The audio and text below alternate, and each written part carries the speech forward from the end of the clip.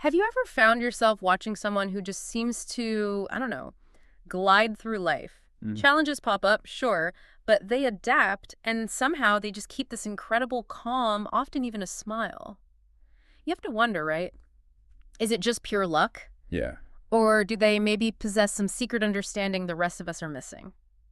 It's a really compelling question. And, that feeling of effortless success, it isn't typically just about luck. Okay. What's truly fascinating, and this is the core of our deep dive today, is that this secret, well, it isn't exclusive. It's not just for a select few. Really? The truth is you are already equipped to be that person. The key, as we'll unpack, lies in discovering and consciously applying how to use your own mind, Yeah. to its absolute highest potential. Okay, that's a powerful claim right off the bat. Highest potential. I mean, our mind seems so incredibly intricate, almost boundless. Where do we even start to understand how to tap into something like that? Well, let's start with the foundational concept. The source material uses a really perfect analogy. Right. They ask us to think of an ice squint. You can only see the bit that's above the surface. Right, the tip. Exactly. Most of the iceberg is beneath the water. It's hidden. A mystery, as they put it. Our mind operates in a remarkably similar way. We're mostly aware of our conscious mind, right? Yeah, the thinking part. The active thinking part that navigates daily decisions. But here's the thing. That's just the visible tip. It accounts for maybe only 5 to 10% of our total mental activity. Only 5 to 10%. So the conscious mind is like our daily operating system, the bit we use for focusing, problem solving, imagining things. Precisely. That's where our immediate awareness lives. Yeah. But underneath that surface, Yeah. that's where the real power is. Making up a mass 95% are the subconscious and the unconscious minds. 90 to 95%. Huge, right? The subconscious acts like this vast storage unit. It holds recent memories, our habits, those automatic programs, things we do without actively thinking, like driving a familiar route. And then, even deeper, lies the unconscious mind. Think of it as a profound storehouse. Long-term memories, deeply ingrained beliefs, the fundamental behaviors that really shape who we are. It's the source of many instincts, core emotional responses. Wow. That's a really profound distinction. So, okay, conscious mind, tip of the iceberg, subconscious and unconscious, this giant hidden engine controlling, well, pretty much everything else inside. You've had it. What's particularly fascinating, and the source points this out, is that the subconscious mind apparently struggles to tell the difference between what's real and what's imagined. How does that work? Yes. That inability to discern between actual experience and vivid imagination, that is absolutely crucial. And it's where so much of our power lies. Okay. When you imagine something intensely could be an outcome, an emotion, even just a scenario, your subconscious mind processes it as if it's genuinely happening. Right now, seriously. Yeah. It doesn't engage in independent reasoning or critical analysis. It simply obeys the orders or the inputs it gets from your conscious mind.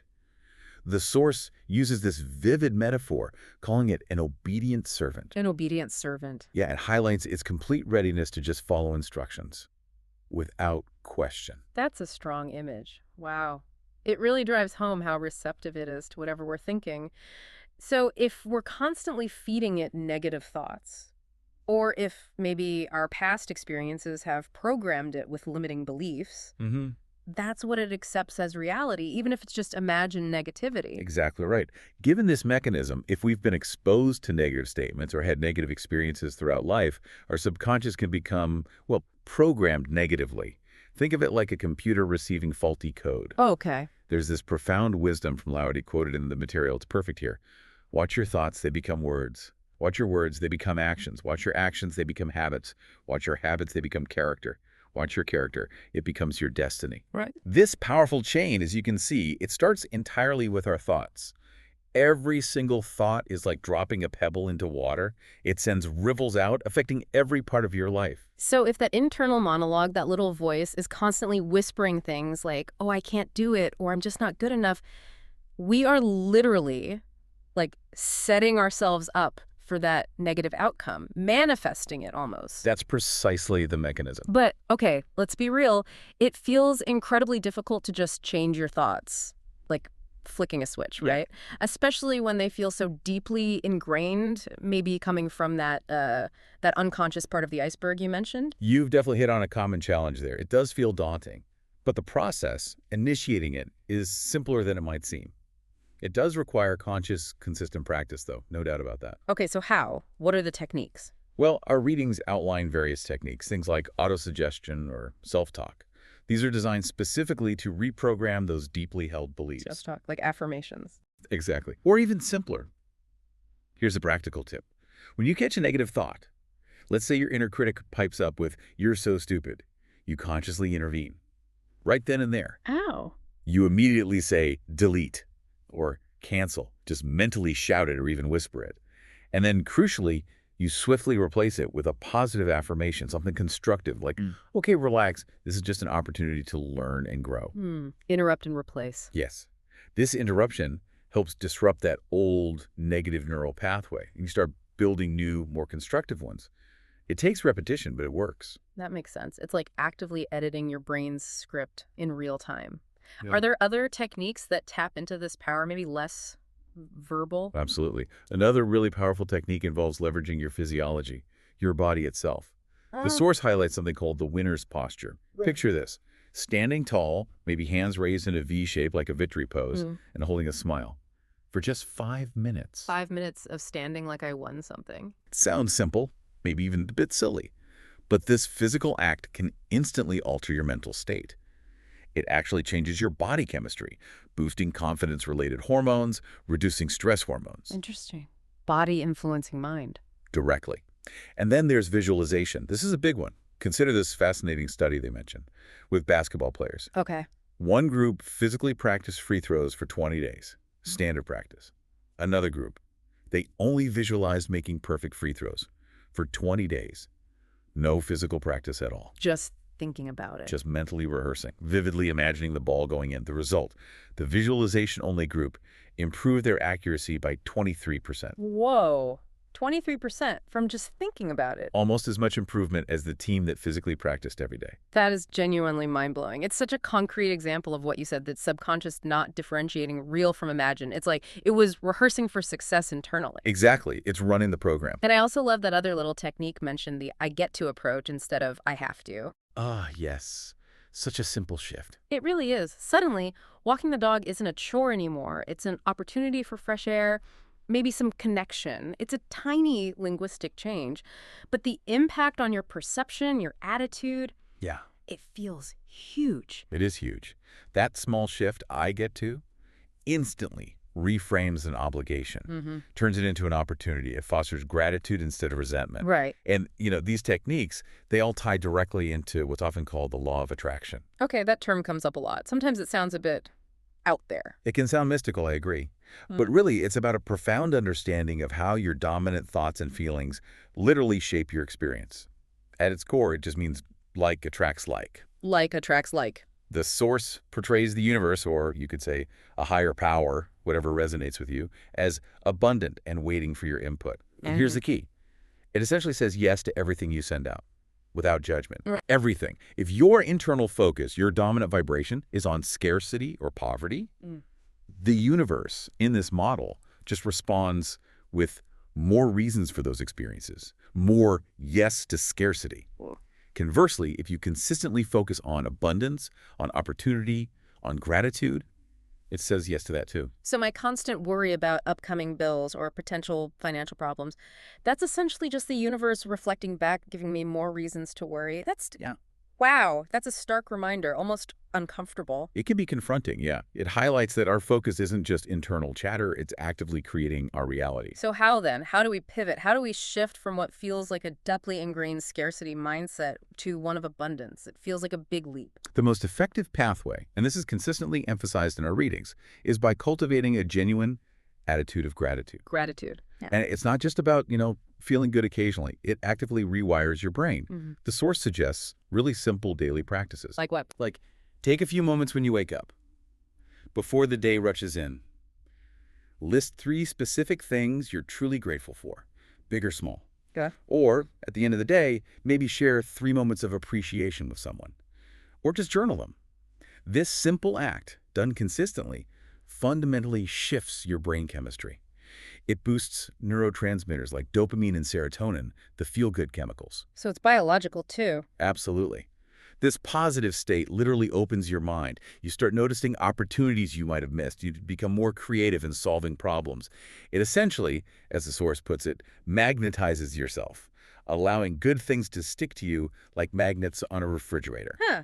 Magnetizing yourself. I like that image. It's about consciously training your brain to seek out and find the positive, rather than dwelling on the negative. That feels incredibly practical and accessible. Even when life feels super busy, that's a shift anyone could start making. But thinking beyond, like, big goals or attracting abundance, what about dealing with past hurts or just the general day-to-day stress that builds up?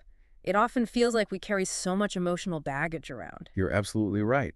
And our mental and physical well-being are just profoundly interconnected. This isn't a new idea, right? It's something explored for centuries across different traditions, ancient mental healing, Ayurveda, and now even modern psychosomatics. Psychosomatics, that's the mind-body connection. Precisely. Is a study of how our mental states, our emotional experiences, can directly influence our physical health and vice versa. Our readings state it quite powerfully.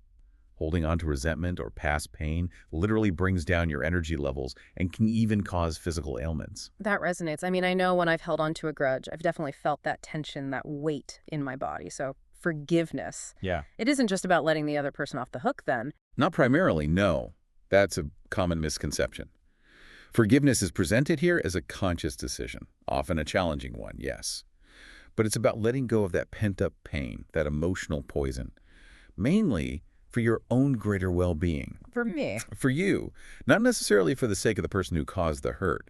It's about freeing yourself. And the research backs this up consistently. Practicing forgiveness can actually improve heart health, boost your immune system, significantly reduce anxiety and depression. Wow. And it enables you to form healthier, more open relationships moving forward.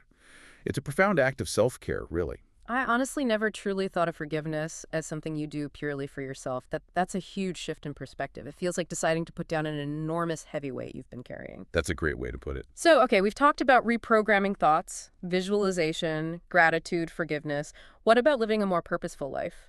Moving beyond just self-improvement to maybe being a better person, connecting with something larger than just ourselves. That's a natural and, I think, crucial progression for achieving holistic self-mastery.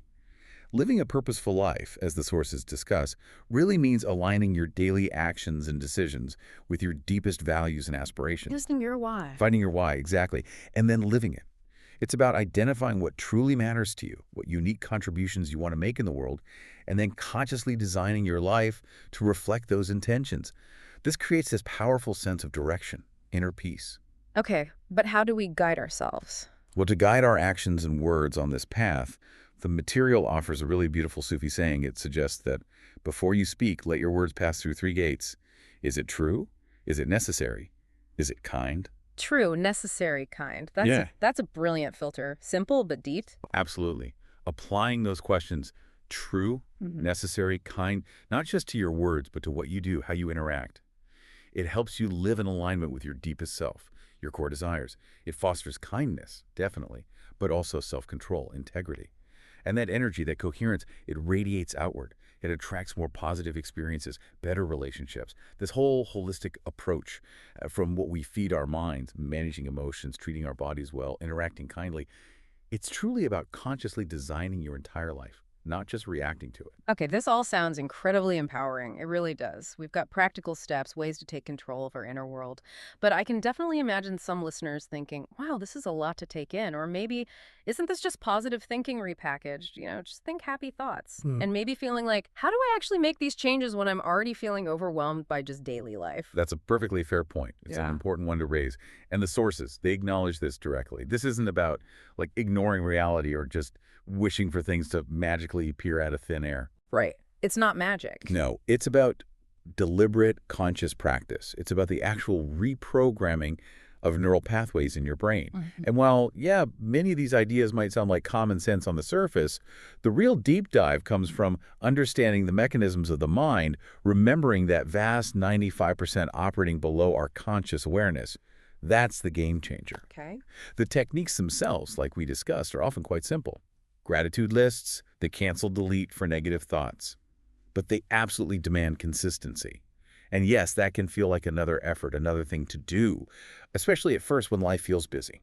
So it's not necessarily easy, even if it's simple. It's not a magic bullet. Maybe more like building a mental muscle over time. That's a perfect analogy, building mental muscle. The material really emphasizes that even small, consistent shifts, like consciously adopting that I get to approach instead of I have to, or dedicating just a few minutes to gratitude journaling each day, they compound. They build powerful momentum over time. Little hinges swing big doors. Exactly. It's framed as investing time in yourself because, as the source quite starkly underscores, your very health and function of your mind and body are at stake. This isn't just fluff. Wow. And the benefits, they really do extend far beyond just feeling good psychologically. There's substantial scientific backing now for the impact of these kinds of consistent, positive mindset practices, meditation, visualization, on actual physical health. We see tangible reductions in anxiety and stress hormones, improvements in blood pressure, even immune function. It truly is about diligently crafting that internal blueprint for your life, one conscious thought, one deliberate habit at a time to create the reality you actually desire. So if you take away just one core insight from our deep dive today, let it be this. Your mind, it's an incredibly powerful, constant creator of your reality, whether you're aware of it or not. Okay. By consciously choosing your thoughts, by consistently feeding your subconscious those positive inputs, and by cultivating an attitude of gratitude and intentional action. You possess the innate power to transform your life, to manifest your most profound dreams. I find that incredibly profound. It sounds simple when you say it like that, but the implication, it means we have far more agency, far more control over our lives than maybe we often realize. That's the core message. Thank you. That was brilliant. Thanks for expertly breaking down these really powerful ideas and showing us such a clear roadmap, really, to unlocking our own inherent potential, our own awesomeness. And if you, listening, are eager to dive even deeper into these powerful ideas, maybe get more specific visualization techniques, learn about creating a dream book, or find other practical applications, we've put links to the source material and some additional practical resources right there in the description below. Yeah, check those out. And we genuinely love to hear from you. Let us know down in the comments, what's one small conscious shift, maybe inspired by today's conversation, that you're going to make starting today to begin rewriting your story and tapping into that incredible subconscious superpower. And maybe just consider this as you go about your day. If your current reality is simply the undeniable evidence, the printout of your past thoughts and beliefs. What incredible future are you actively creating, designing right now with every single thought you choose to focus on?